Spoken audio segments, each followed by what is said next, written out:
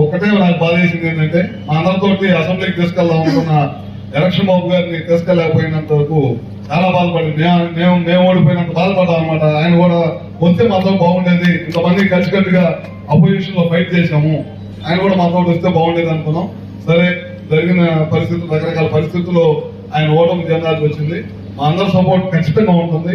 ఈ కాన్స్టిట్యున్సీని అభివృద్ధి దిశలో ముందుకు తీసుకెళ్తామని కూడా సభాముఖంగా మీ అందరూ తెలియజేసుకుంటూ, ఏ కార్యక్రమం ఓడిపోయినా సరే మేమందరం మా కాన్స్టిట్యున్సీలో ఏ విధమైన కార్యక్రమాలు చేస్తున్నామో మాతో పాటే ఈ కాన్స్టిట్యున్సీ కూడా అన్ని విధాల కార్యక్రమాలు చేసుకుంటే తీసుకెళ్తామని చెప్పి కూడా సభాముఖంగా తెలియజేసుకుంటూ, ఇందాక కొంతమంది సోదరులు, ముస్లిం సోదరులు ఒక అర్జీ ఇచ్చారు హౌస్ రైట్స్ సంబంధించి.